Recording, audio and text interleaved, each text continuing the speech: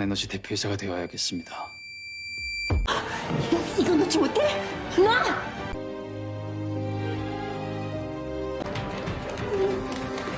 차 좀 대줘요.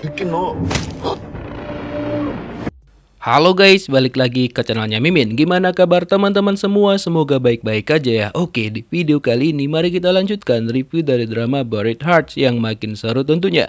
Bagaimana kelanjutannya? Ini dia, by Mimin. Setelah disebarkan oleh So Dong-ju tentang pertemuannya dengan kakek tantrum beserta pengakuan kakek tantrum yang disebarkan melalui video dan semua orang melihat secara online bahwa kakek tantrum lah yang sudah merencanakan semuanya termasuk untuk menghilangkan nyawa Dong-ju. Bahkan pada saat itu kakek tantrum dipanggil sama tetua. Dan sebelum kakek tantrum pergi, Dong-ju bertanya, kenapa dan apa alasan dari kakek tantrum menghilangkan nyawa ayahnya Dong-ju, Ho Il-do. Kata kakek tantrum karena Il-do itu sudah melanggar perjanjian dengan dia dan juga sudah tidak mau lagi patuh dengan dia. So, orang yang gak butuh lagi bantuan dia, jadinya dia bakal menghilangkan nyawa orang tersebut dibandingkan ya berkeliaran toh juga gak berguna lagi sama dia. Bahkan kakek tantrum mengatakan sama Dong-ju bahwa Il-do kehilangan nyawanya itu semua gara-gara melindungi So Dong-ju.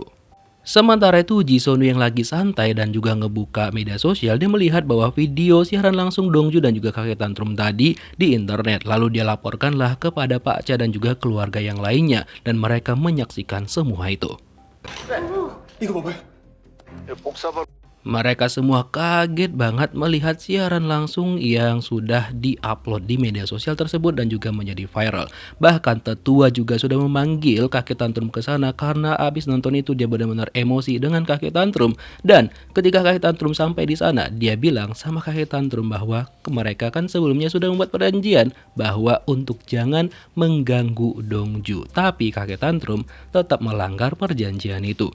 Tapi tetua membuat challenge kepada kakek tantrum, kalau misalkan dia bawakan uang 2 triliun yang ada sama Dong-ju, maka dia bisa menghilangkan Dong-ju seakan-akan Dong-ju tuh nggak ada dan juga nggak dikenal sama dia. Tapi kakek tantrum menawarkan tawaran yang lebih menggiurkan, yaitu Desan. Dia bilang dia bisa mengambil Desan dan juga memberikannya kepada tetua. Namun dengan syarat tetua harus kebantu dia menyingkirkan Dong-ju dan juga yang lainnya. By the way, Dong-ju akhirnya melihat kondisi Il-nam. Nah ketika dia lihat ternyata kondisi Il-nam tuh cukup mengenaskan banget. Tapi Il-nam bilang dia tuh nggak kenapa-napa. Tapi karena nggak enak, jadinya Dong-ju meminta maaf sama Il-nam dan juga berusaha untuk tidak melibatkannya untuk sementara waktu. Keesokan harinya, Guki melalui temannya melaporkan tentang hal yang terjadi antara perdebatan kakek tantrum dan juga So Dong-ju. Dan mereka bakal menyusun strategi nih untuk segera merebut Desan Energi. Dan ini, si cowok ini diperkenalkan oleh Guki kepada temannya untuk menyusun rencananya. Terus kan emaknya Ji-sonu ini masih aja percaya dengan kakek tantrum. Bahkan dia meminta bantuan kepada kakek tantrum untuk segera mendapatkan Desan. Dan dia bilang dia percaya kepada kakek tantrum seutuhnya. Sementara itu, So Dong-ju mampir ke makam kakaknya karena dia teringat dengan kata-kata kakek tantrum yang kemarin bilang bahwa kakaknya juga kehilangan nyawanya gara-gara melindungi So Dong-ju. Jadi Dong-ju teringat ketika kakaknya memutuskan untuk menjadi biarawati agar Dong-ju itu bisa kuliah, melanjutkan sekolahnya dan juga mendapatkan pekerjaan. Walaupun kakaknya khawatir kalau misalkan Dong-ju itu masuk ke Desan karena takut nanti kakek tantrum ngegangguin dia terus. Namun Dong-ju meyakinkan kakaknya bahwa semuanya bakal baik-baik aja. Hingga saat ini Dong-ju itu ngerasa nyesel. Dia bilang kok seandainya dia nggak masuk Desan, nggak kuliah, dan juga bekerja di sana, kakaknya pasti bakal masih hidup sampai sekarang. Setelah itu Dong-ju datang menemuin Pak Cha. Jadi Dong-ju itu bilang sama Pak Cha bahwa dia itu pengen menjadi presdir Desan Energi. Ini karena demi masa depannya Ji-sonu. Karena kalau misalkan nggak kayak gitu, maka semuanya nggak bakal terlaksana. 에너지 대표이사가 되어야겠습니다. Karena menurut Dong-ju yang paling pas dan juga cocok untuk membimbing Ji-sonu menjadi pemimpin Desan di masa depan adalah dirinya. Nah tapi Pak Cha itu masih belum percaya 100% kepada So Dong-ju. Namun Dong-ju berusaha untuk meyakinkan Pak Cha bahwa selama ini Pak Cha itu udah dimanipulasi pikirannya sama Yom Jang-son si kakek tantrum. Makanya Dong-ju berusaha untuk mengatakan kepada Pak Cha biar dia jadi pemimpin Desan Energi. Nah setelah itu nanti setelah dia berhasil menghentikan si kakek tantrum, maka dia bakal keluar dari jabatannya sebagai presdir. Namun kakek tantrum tuh masih belum percaya 100% sama Dong-ju karena dia masih teringat kata-kata istrinya kepadanya. Padahal dia nggak tahu istrinya juga kerjasama dengan kakek tantrum.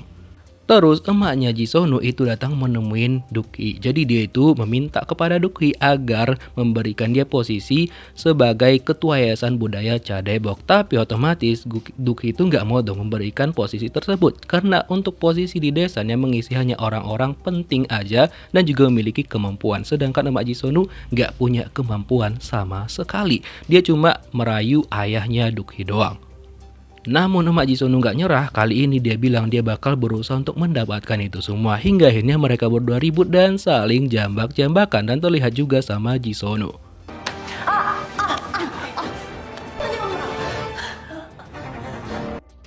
Namun Jisonu itu nggak bisa berbuat apa-apa karena kalau misalkan dia ngelawan ya posisi dia sama emaknya bisa lebih bahaya. Terus kan W6 itu bertemu sama Dongju setelah Dongju dari ruangan Pak Cha. 6 ngajak Dongju untuk sekedar ngopi dulu karena ada hal yang mau dia bicarakan. Jadi terkait video itu Dongju menjelaskan bahwa semuanya itu baik-baik aja walaupun 6 meminta dia keluar dari Desan. Dongju nggak mau, dia mau keluar setelah si kakek tantrum merasakan akibatnya dari segala perbuatannya. Jadi Dongju itu tujuannya sekarang adalah untuk menyingkirkan kakek tantrum dari Desan. Dan 6 juga akhirnya tahu kalau misalkan Dongju adalah anak yang ada di foto yang kemarin itu Dongju tunjukkan sama dia. Dan akhirnya semua terbongkar dan Dongju juga mengakuin semua itu kepada 6. Dan karena 6 merasakan bagaimana Dongju menderita selama ini, dia mencoba menenangkan Dongju dengan cara memeluknya. 아이, 그래서 더 반가워요. Keesokan harinya, ibunya Jisonu malah mendatangin rumahnya kakek tantrum. Jadi dia itu meminta kakek tantrum untuk bekerja sama dengan dia, bahkan dia memberikan catatan dana dari brankas milik ketua Cha. Nah, itu juga disuruh sama kakek tantrum dan dia nurut aja, padahal dia nggak tahu apa yang bakal dilakukan kakek tantrum dengan catatan tersebut. Bahkan, emaknya Jisonu juga meminta tolong sama kakek tantrum untuk segera menyingkirkan Dongju dari Desan. Dan kakek tantrum juga meminta emaknya Jisonu untuk mengatakan sama Sonu bahwa Dongju itu bukan yang baik sama dia. Karena Dongju nantinya bakal lebih memilih Taeyun dibandingkan dirinya. Dan itu juga udah mulai terotak nih di kepalanya Jisonu. Semoga aja dia nggak berkhianat ya kan. 왜 보자고 한 거야? Setelah itu Dongju bertemu dengan Duki. Jadi dia itu mengajak Duki untuk bekerja sama nih dan juga mencoba untuk mempengaruhi Duki dengan memberikan sahamnya kepada Dongju sebagai bantuan untuk melawan Yom Jangson ataupun kakek tantrum. Nah, dan dengan cara itulah masa depannya Taeyun itu bisa diselamatkan oleh Dongju. Walaupun sebenarnya Duki awalnya meminta Dongju untuk memberikan seluruh saham Ildo kepada dirinya, tapi Dongju nggak mau. Dan Dongju mulai bergerak dan dia sudah mengetahui apa yang bakal dilakukan sama si kakek tantrum. Setelah itu Dongju melakukan konferensi pers dan mengatakan kepada publik bahwa semua yang dikatakan sama kakek tantrum itu bohong dan dia bakal mengikuti prosedur bahwa dia bakal ngebongkar semua bagaimana kakek tantrum menghancurkan Desan. Nah, karena itulah nama kakek tantrum mulai jelek nih di media dan juga publik dan bahkan tetua nelpon kakek tantrum lagi tapi dia nggak berani angkat. Setelah itu kakek tantrum didatangin media, tapi dia di sini masih berusaha memanipulasi semuanya dan mengatakan bahwa Dongju lah yang ngefitnah dia.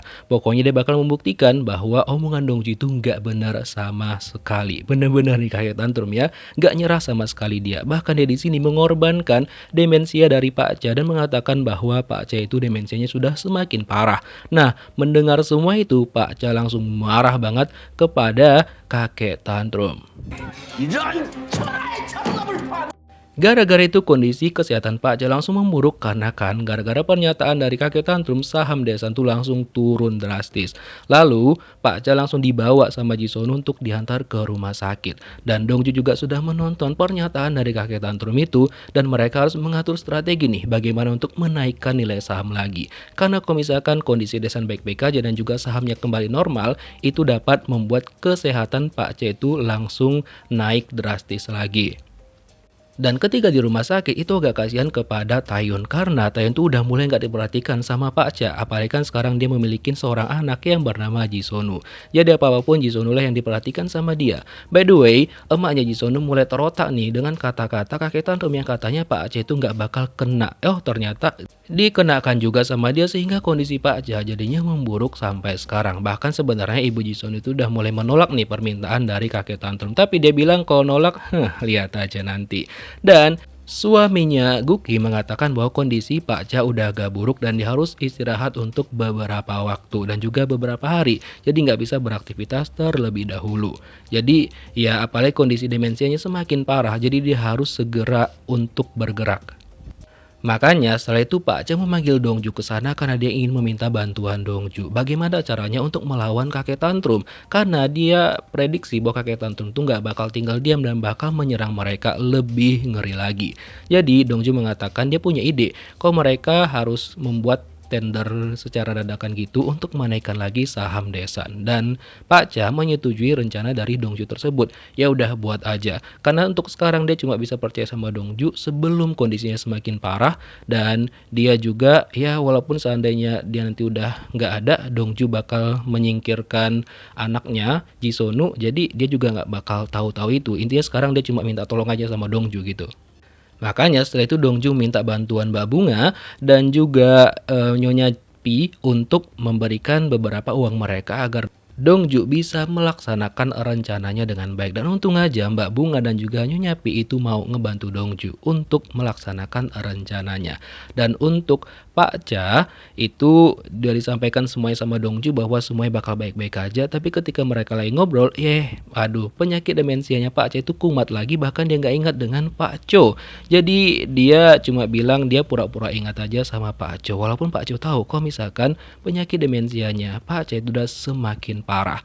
Nah karena itulah Pak Cha berencana bakal pergi ke kejaksaan untuk mengungkap semuanya dan juga menjebak Yom Jang Son si kakek tantrum. Maksudnya untuk mengungkap kebenaran sih, bukan lebih ke menjebak gitu. Namun kali ini Pak Cha nggak mau diantar, dia bilang sama Dongju biar dia pergi ke sana dengan sendirinya karena dia juga punya seorang supir. Makanya setelah itu Pak Cha langsung sampai ke kejaksaan dan bakal mengungkap semuanya karena ada hal yang harus dia sampaikan ke kejaksaan terkait kakek tantrum, terutama mengungkap fakta kehilangan nyawa dari Ildo. Gak lama setelah itu, kakek tantrum langsung didatangin sama pihak kejaksaan dan dia langsung ditangkap karena terbukti sudah menghilangkan nyawa Ildo. Tapi setelah itu tiba-tiba aja kakek tantrum gak jadi ditangkap, ditangguhkan penangkapannya melalui anggota dari tetua. Jadi diajaklah dia minum sampai mabok, padahal dia gak tahu kalau misalkan dia itu sedang dijebak sama mereka. Nah setelah kakek tantrum udah mabok berat nih ya kan, diajaklah dia ke sebuah mobil dan diantarkan sama mereka karena kebetulan pada waktu itu Guho nggak ada, dia nggak ikut sama sekali. Nah setelah itu kakek tantrum dibawa ke sebuah tempat yang sepi banget. Dan ketika dia terbangun, dia lihat ada Dongju di sampingnya dan Dongju pun langsung nyojok dia. Akhirnya kakek tantrum kehilangan kesadarannya, walaupun di sini Dongju tuh takut banget sampai dia gemetaran sebenarnya. Tapi gimana lagi, itulah rencana yang harus dia lakukan. Dongju pindah ke bangku depan dan dia ngebawa mobil itu dan juga menyembunyikan kakek tantrum, dan diberitakan bahwa dari 3 hari bahkan sudah sebulan kakek tantrum itu enggak kelihatan sama sekali. Jadi ini membuktikan bahwa kakek tantrum itu takut diinterogasi terkait kehilangan nyawanya Ildo. Jadi dia mungkin ditetapkan sebagai tersangka. So kira-kira bagaimanakah kelanjutan kisahnya, kita lihat di next episode. Thank you for watching guys, see you next video, bye bye.